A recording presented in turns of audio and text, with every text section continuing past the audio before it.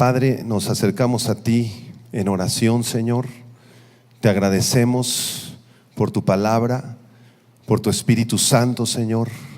Te pedimos que tu Espíritu se mueva con poder, hablándonos, redarguyéndonos, salvando a aquellos que aún no te conocen y extendiendo tu mano de misericordia y de gracia, invitándonos a las bodas del Cordero. Te lo pedimos en el nombre de Jesús. Amén. Abran sus Biblias en el Evangelio según Mateo, en el capítulo número 22, por favor. Mateo capítulo 22.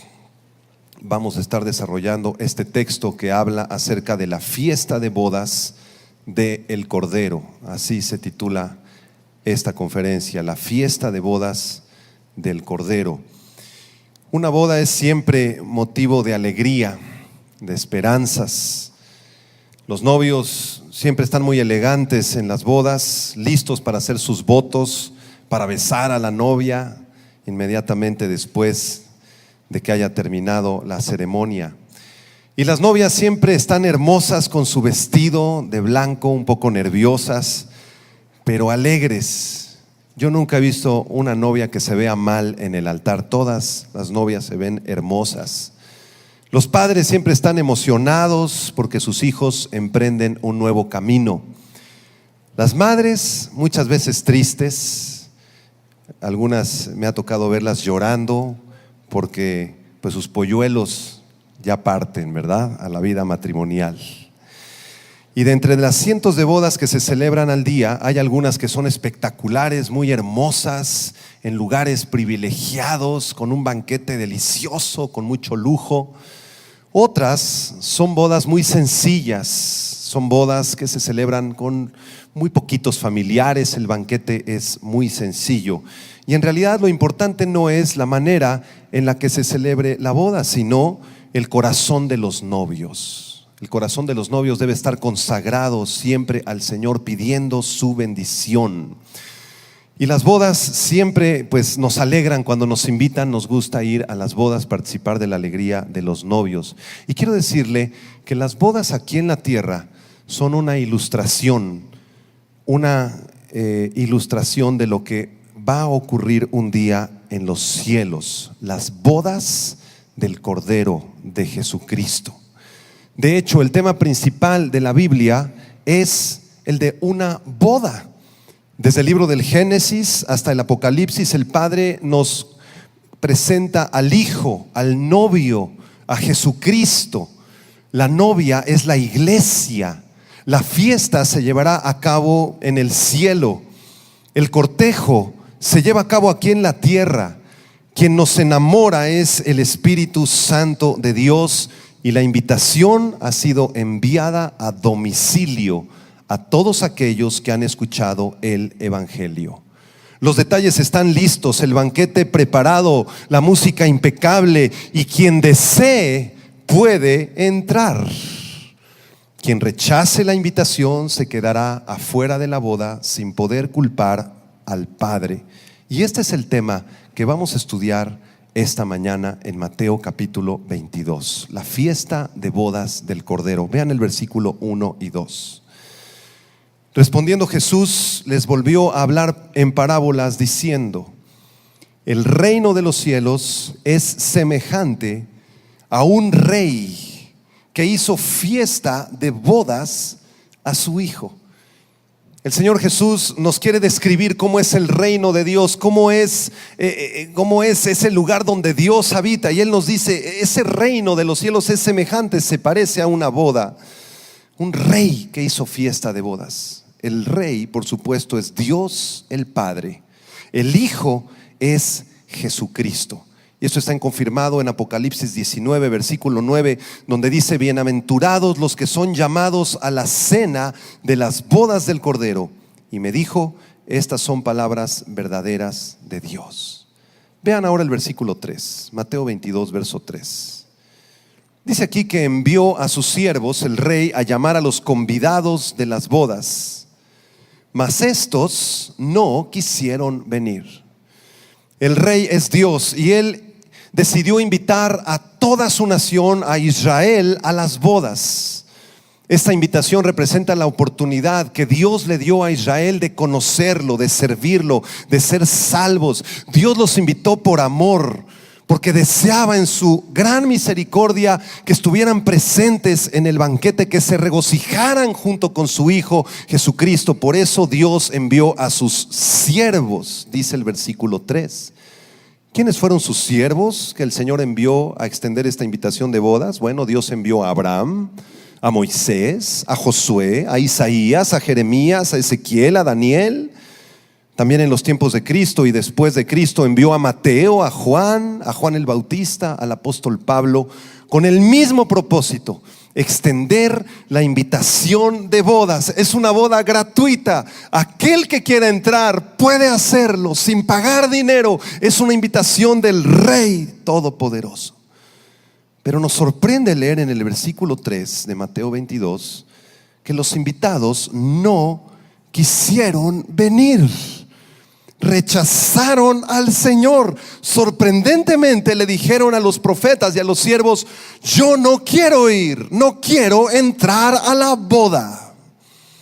Escuchaban la voz de Dios, pero no hacían caso de su invitación y rechazaron la invitación. Y la pregunta que nos hacemos esta tarde es: ¿por qué rechazaron la invitación a este evento tan maravilloso? Bueno, la respuesta es muy sencilla. Rechazaron la invitación por su soberbia. La soberbia ocurre cuando en el corazón del hombre hay una elevación, se eleva por encima de Dios y en contra de Dios y lejos de Dios. Cuando alguien te ha hablado de Cristo, te ha hablado de su palabra y tú dices: no, yo no necesito a Cristo, yo no creo en Cristo, Dios no es verdad, yo creo en la ciencia, yo creo en el arte, yo creo en la religión, pero no creo en Cristo. Eso en la Biblia se llama soberbia y orgullo. Dice el profeta Isaías capítulo 30 versículo 15 y 16, hablando acerca de esta gran invitación para Israel. Isaías 30, 15: porque así dijo Jehová el Señor, el Santo de Israel: en descanso y en reposo seréis salvos, en quietud y en confianza será vuestra fortaleza. Y no quisisteis, sino que dijisteis: no, antes huiremos en caballos. Por tanto vosotros huiréis, sobre corceles veloces cabalgaremos, por tanto serán veloces nuestros perseguidores. Este texto de Isaías 30 habla de la soberbia de Israel, cómo Israel decidió confiar más en los caballos de los egipcios, en el dinero de los egipcios, en la fama de los egipcios, más que en el Señor. Rechazaron la invitación. Regresemos a Mateo 22, por favor. Vean ahora el versículo 4 al 6. Porque el Señor decide hacerles una segunda invitación. Versículo 4: volvió a enviar otros siervos, diciendo: decid a los convidados: he aquí, he preparado mi comida, mis toros y animales engordados han sido muertos y todo está dispuesto. Venid a las bodas. Vengan a las bodas, el banquete está servido, va a ser una fiesta maravillosa. En estas bodas habrá salvación, misericordia, gracia. Versículo 5: mas ellos, sin hacer caso, se fueron, uno a su labranza y otro a sus negocios, y otros, tomando a los siervos, los afrentaron y los mataron. Quiero que observen en primer lugar en estos versículos la enorme paciencia del Señor. El Señor seguía invitándolos, volvió a enviar a otros siervos diciendo: todavía hay entrada al banquete, he preparado un gran banquete, quiero que estén conmigo. Sin embargo, a pesar de la gran paciencia de Dios, Israel se dividió en dos grupos. El primer grupo, dice la Biblia, que se fueron en el versículo 5. Uno se fue a su labranza, el otro a sus negocios. En otras palabras, a este grupo le interesó más su dinero, le interesó más sus negocios, le interesó más su propia vida. No quisieron escuchar la voz del Señor. Amaron más su propia vida, amaron más su dinero y sus negocios. Dice la Biblia en Proverbios 23, versículo 4, 5 y 6. Acompáñame en esta lectura en tu Biblia. Proverbios 23, versículo 4 al 6. Vamos a leerlo juntos. ¿Qué dice aquí la Biblia? No te afanes por hacerte rico, sé prudente y desiste. Has de poner tus ojos en las riquezas siendo ningunas, porque se harán alas como las alas del águila y volarán al cielo. No comas pan con el avaro, ni codicies sus manjares. Muchos de nosotros en la iglesia moderna nos parecemos a este primer grupo de judíos que rechazaron al Señor. ¿Has escuchado la voz del Señor una vez? ¿Has escuchado otra vez la voz del Señor? Le has dicho, no quiero nada contigo. Y el Señor en su infinita paciencia y misericordia vuelve a enviarte a otro siervo de Cristo. Te hablan del Señor otra vez, te enfermas al hospital, fueron a visitarte, te llevaron el evangelio. Tus papás te han hablado 1, 2, 3, 10 veces del Señor y tú todavía dices, no quiero. Amo más mi propia vida, amo más mi carrera, amo más la ciencia, amo más mi futuro, amo más mi propia vida. El segundo grupo de israelitas que rechazaron al Señor está en el versículo 6, Mateo 22, 6. Dice la Biblia que no solamente rechazaron al Señor, sino que tomaron a los siervos del Señor y los afrentaron y los mataron. Estos judíos no solamente rechazaron al Señor, sino que se convirtieron en asesinos de los profetas del Señor. Muchos de los siervos del Señor han muerto como mártires, entre ellos Abel en Génesis 4, Abimelech y sus compañeros sacerdotes en 1 Samuel 22, Urías el profeta hijo de Semaías en Jeremías 26, el apóstol Pedro, el apóstol Pablo, Esteban, Jacobo, el hermano de Juan, Antipas, el pastor de la iglesia de Pérgamo, y miles de cristianos han sido asesinados durante siglos por instituciones como la Santa Inquisición.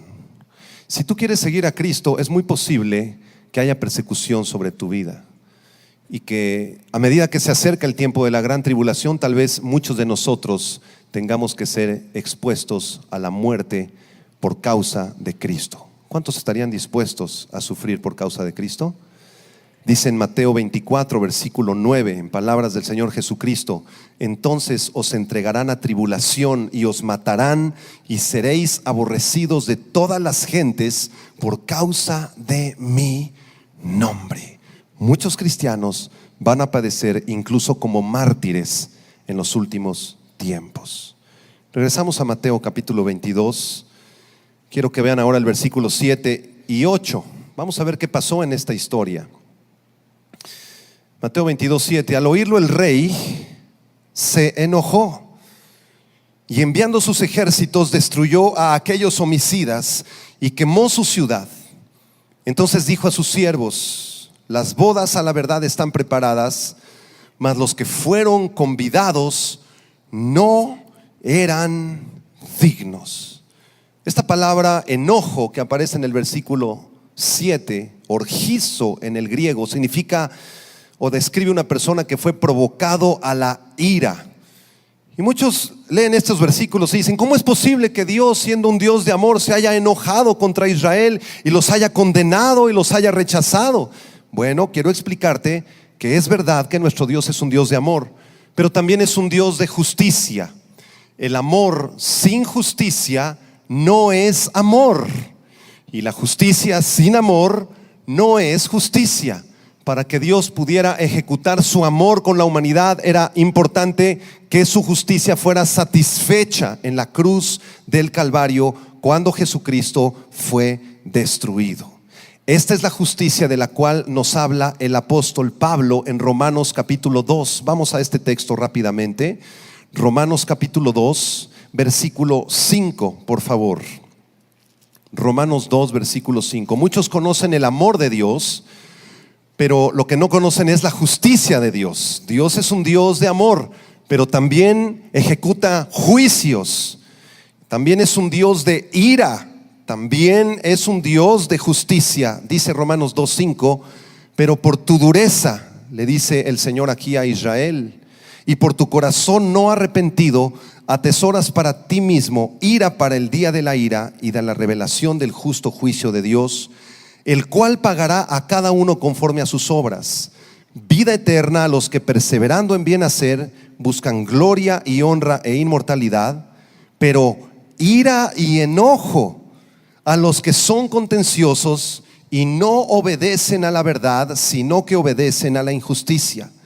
Tribulación y angustia sobre todo ser humano que hace lo malo, el judío primeramente y también el griego, pero gloria, honra y paz a todo el que hace lo bueno, al judío primeramente y también al griego, porque no hay acepción de personas para con Dios. Dios le dijo a Israel: las bodas están preparadas, la invitación es para todos. Israel rechazó al Señor y entonces Dios tuvo que enviar sus juicios y su ira sobre la ciudad de Jerusalén, tal como está profetizado en el versículo 7 de Mateo 22:7. Dice la Biblia que el Señor quemó su ciudad. ¿Cuándo ocurrió esta profecía? En el año 70 después de Cristo, cuando el emperador romano Tito destruyó, arrasó completamente con la ciudad de Jerusalén y asesinó a miles y miles de judíos. De Dios nadie se puede burlar. Regresamos a Mateo y quiero que continuemos leyendo esta historia, versículo 9 y 10. Ya que Israel apostató y rechazó al Señor, dice en el versículo 9: id pues a las salidas de los caminos y llamad a las bodas a cuantos halléis. Y saliendo los siervos por los caminos, juntaron a todos los que hallaron, juntamente malos y buenos, y las bodas fueron llenas de los convidados. El Señor les dijo a sus siervos: ya que Israel, mi propio pueblo, me ha rechazado, vayan ahora al mundo entero, inviten a todas las naciones, a todas las tribus, todas las lenguas del mundo, invítenlos a las bodas del Cordero, sin importar su color, sin importar su condición social ni su nacionalidad, no importa de dónde vengan, todos están invitados. Esta es la invitación de Juan 3, versículo 16. Dice la escritura en este pasaje que nos leía el pastor hace un momento: porque de tal manera amó Dios al mundo que ha entregado a su Hijo Jesucristo, para que cualquiera que crea en Él, no importa su nacionalidad, no importa su cultura, no importa su lengua, cualquiera que crea en Él no se pierda, mas tenga vida eterna. La invitación está abierta en esta tarde para todos los que están escuchando este mensaje.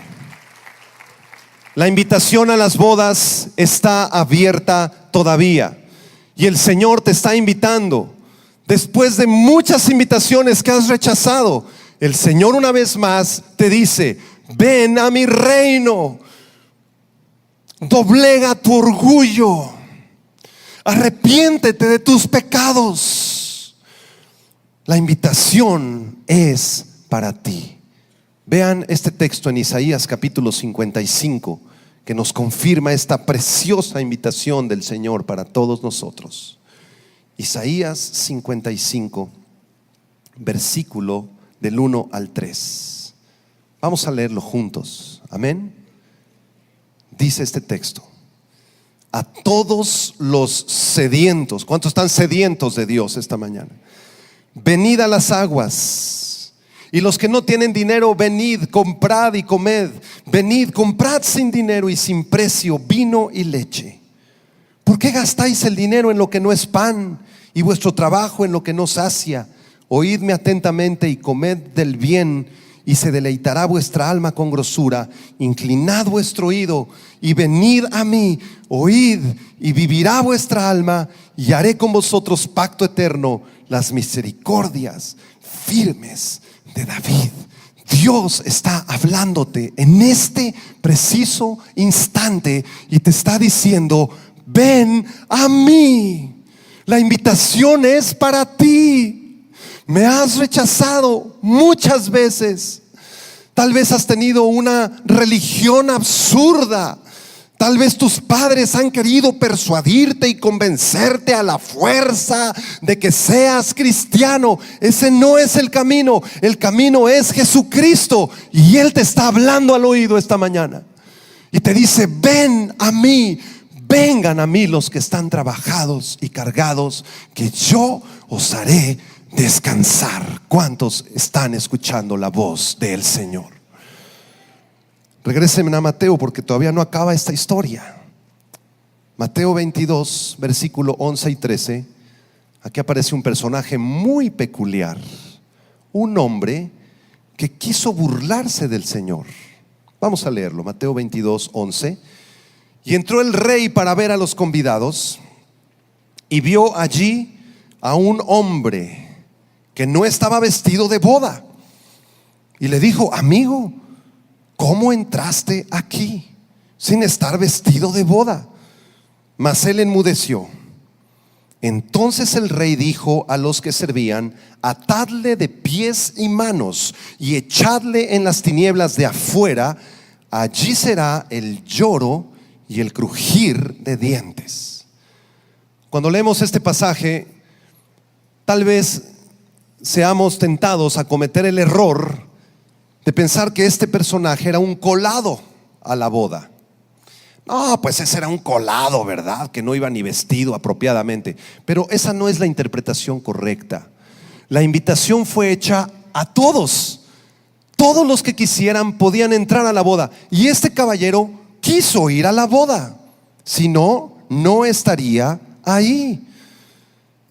Ahora, si nosotros leemos con atención esta historia, la invitación que hace el Señor a todos es una invitación apresurada. Le dice a sus siervos: vayan, inviten a todos.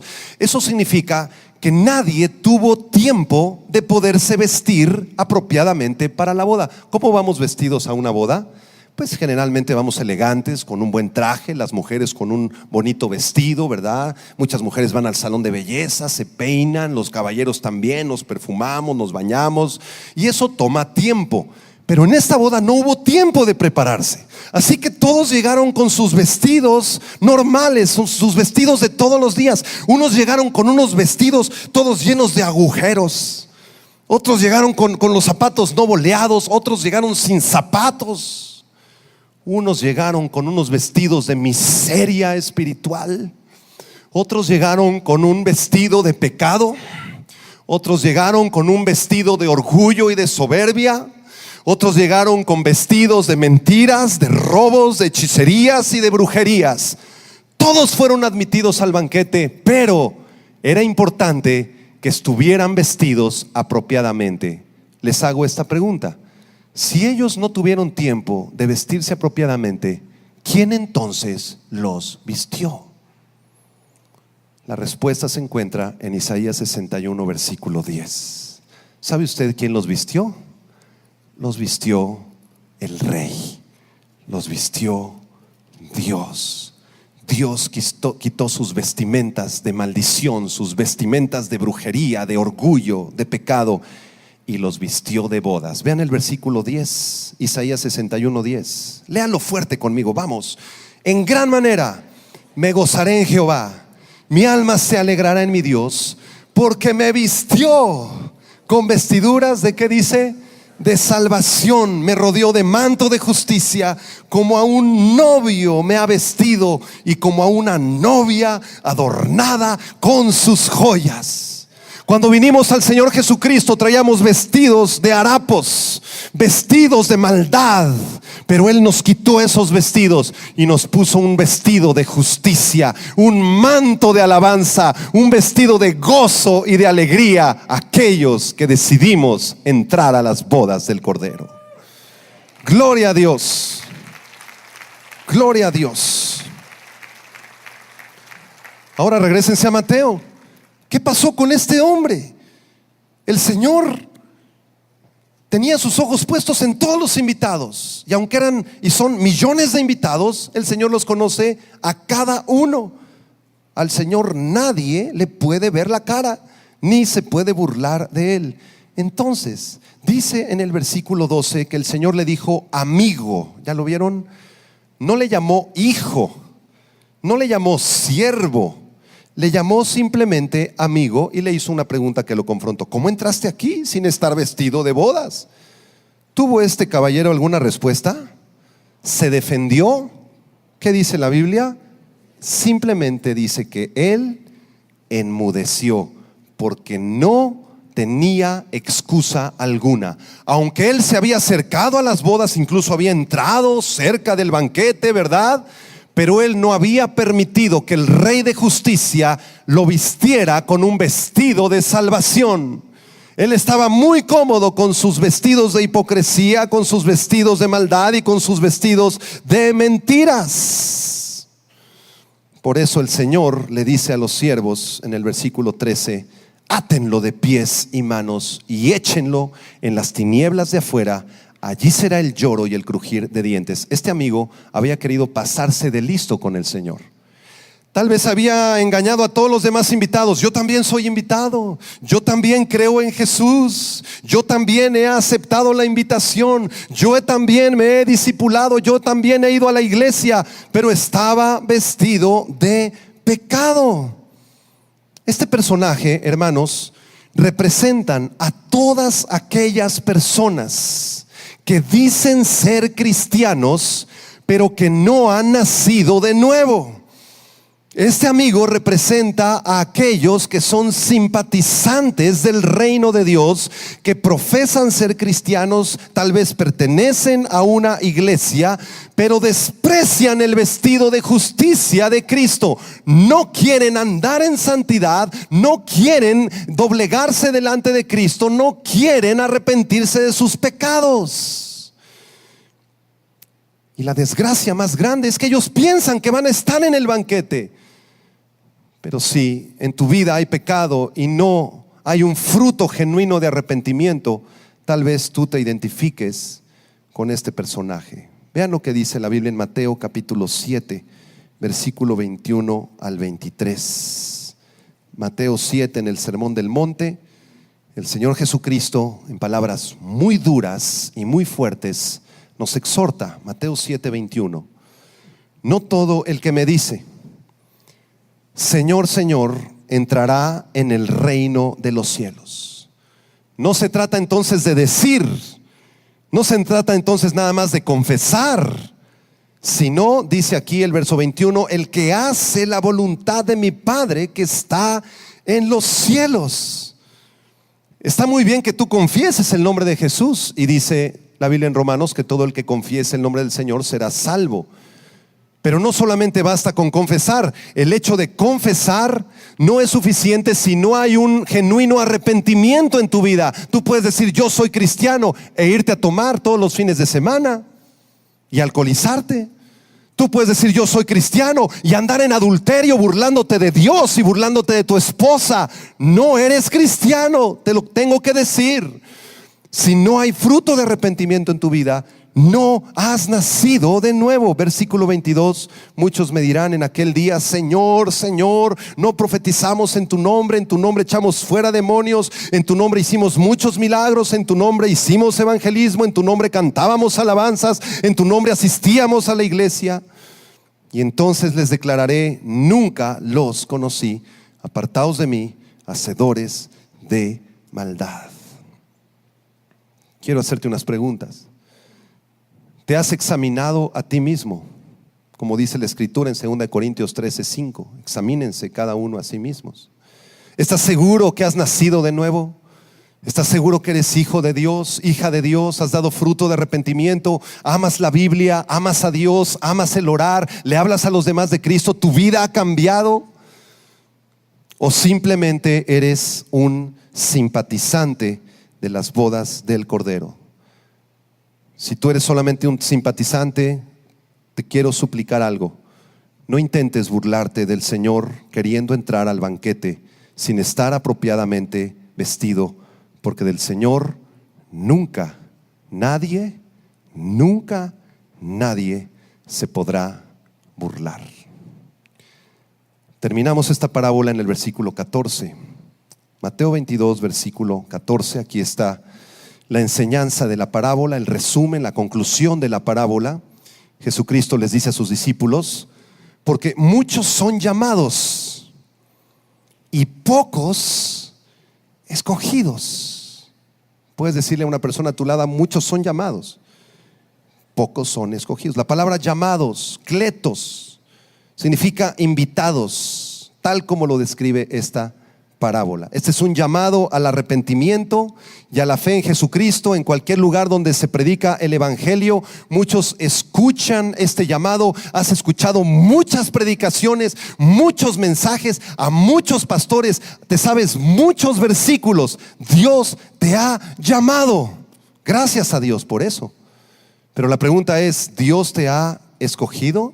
La palabra escogido es la palabra griega electos, que significa seleccionados, seleccionados. Si tú disciernes esta mañana que Dios te ha llamado, pero que tú no te has arrepentido, debes buscar al Señor, debes orar al Señor y decirle: Padre, yo quiero entrar a las bodas del Cordero. Yo deseo arrepentirme, Señor. Si tú realmente existes, Señor, porque yo tengo mis dudas, Señor, pero si tú realmente existes, tú toca mi corazón, tú rompe mi corazón, Señor. Ya no quiero que el pastor o que mis padres o mis amigos me quieran estar convenciendo de ser cristiano. Yo no quiero ser cristiano porque ellos me convenzan. Yo quiero ser cristiano porque tú me escogiste y porque tú eres el que trae salvación por medio de la fe en Jesucristo. Vean Romanos capítulo 8, versículo 29. Romanos 8, 29. Vamos a enseñar una doctrina muy interesante que se llama en teología la doctrina de la gracia irresistible. Esta doctrina ocurre cuando Dios llama a una persona, le muestra su gracia, y esa persona sabe que es Dios el que le está llamando. Y aunque vienes en pecado y en muchas maldiciones generacionales, tú sabes que es Dios el que te está llamando. Comienza a ocurrir algo en tu corazón. Muchas personas comienzan, algunos a llorar, otros simplemente quedan impactados de la gracia de Dios y no se pueden resistir a la gracia de Dios. ¿Cuántos se identifican esta mañana que han nacido de nuevo y son hijos de Dios? Levanta tu mano. Amén. Cuando tú conociste a Jesucristo, ¿pudiste resistirte a su gracia?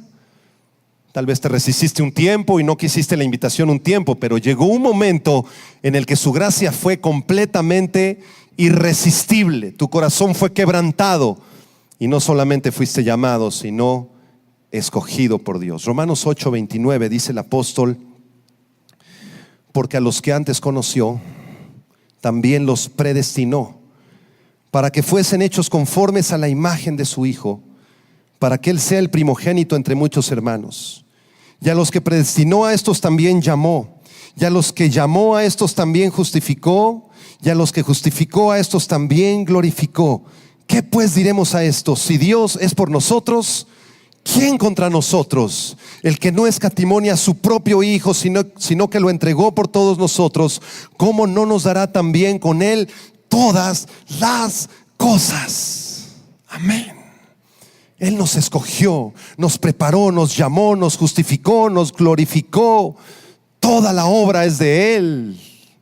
Y la invitación, hermanos y amigos, está abierta en este momento. La invitación al banquete, la invitación a la salvación está abierta. Dios te invita a las bodas del Cordero. El banquete es delicioso, la salvación es eterna. Lo único que Dios pide que tú hagas es que creas en Jesucristo, que creas en Jesucristo, y el Señor te concederá la gracia de arrepentirte de tus pecados. Será este el día en el que tú reconozcas tu soberbia, tu pecado, tu maldad, tu desnudez espiritual y vengas a Cristo. ¿Será este el día de tu arrepentimiento? ¿Será hoy el día de tu salvación?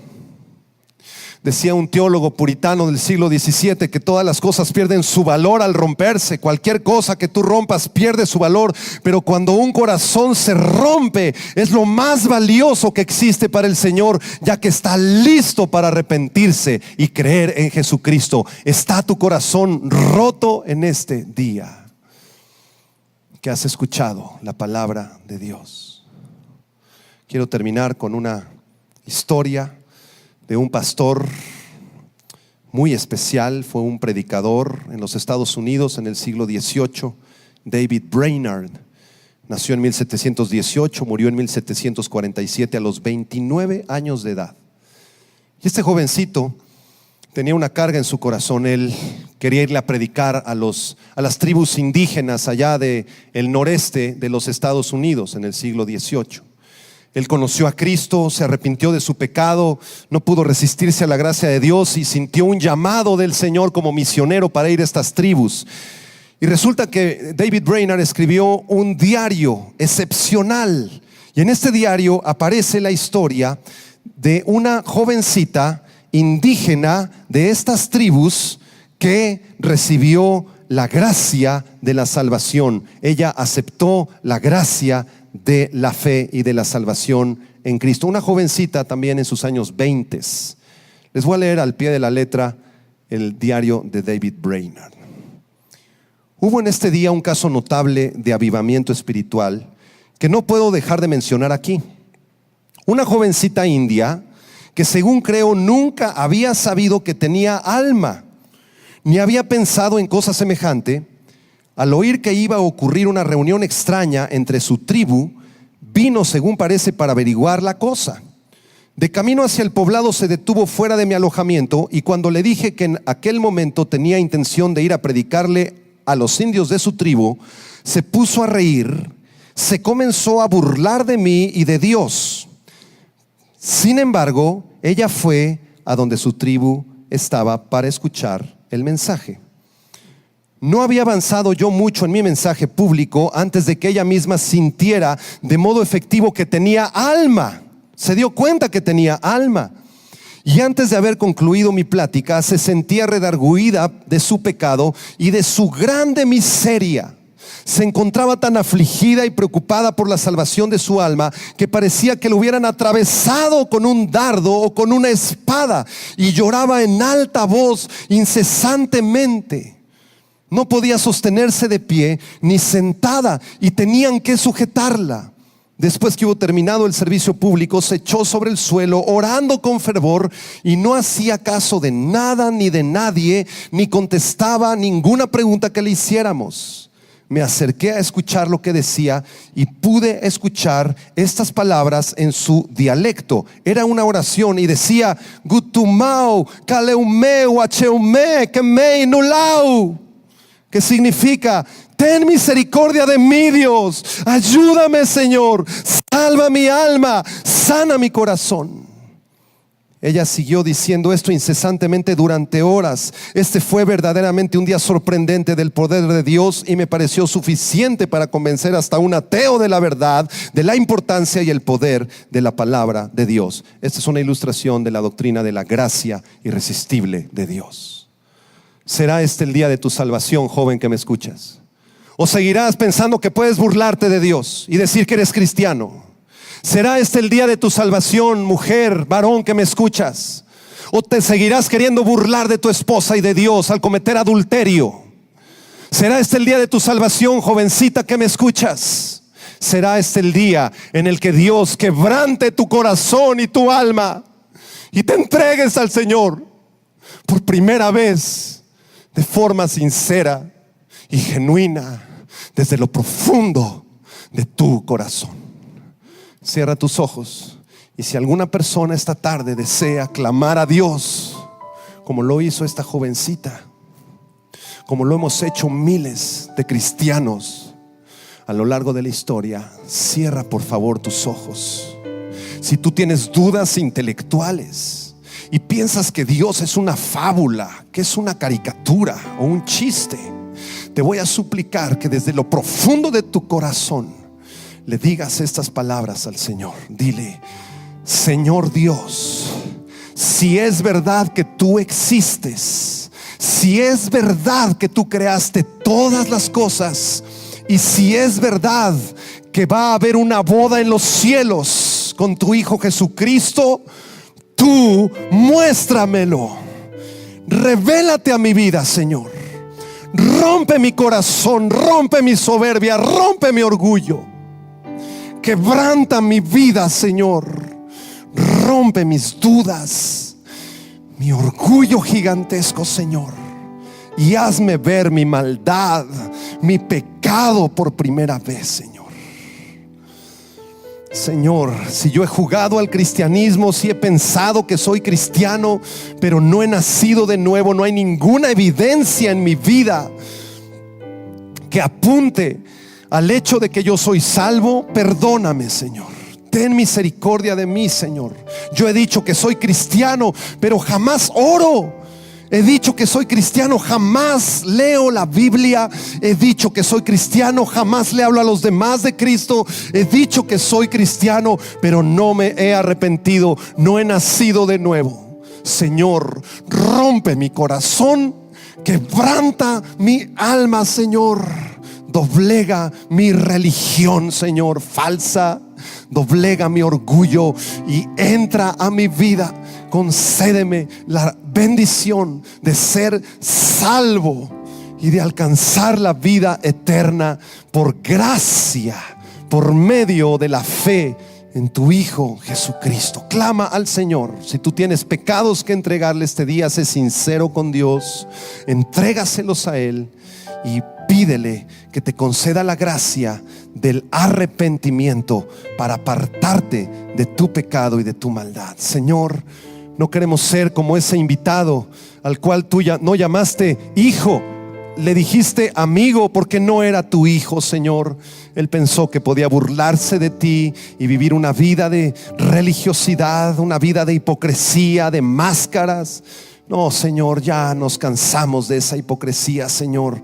Quita nuestras máscaras, quita, Señor, nuestra religiosidad y atráenos hacia tu Hijo Jesucristo.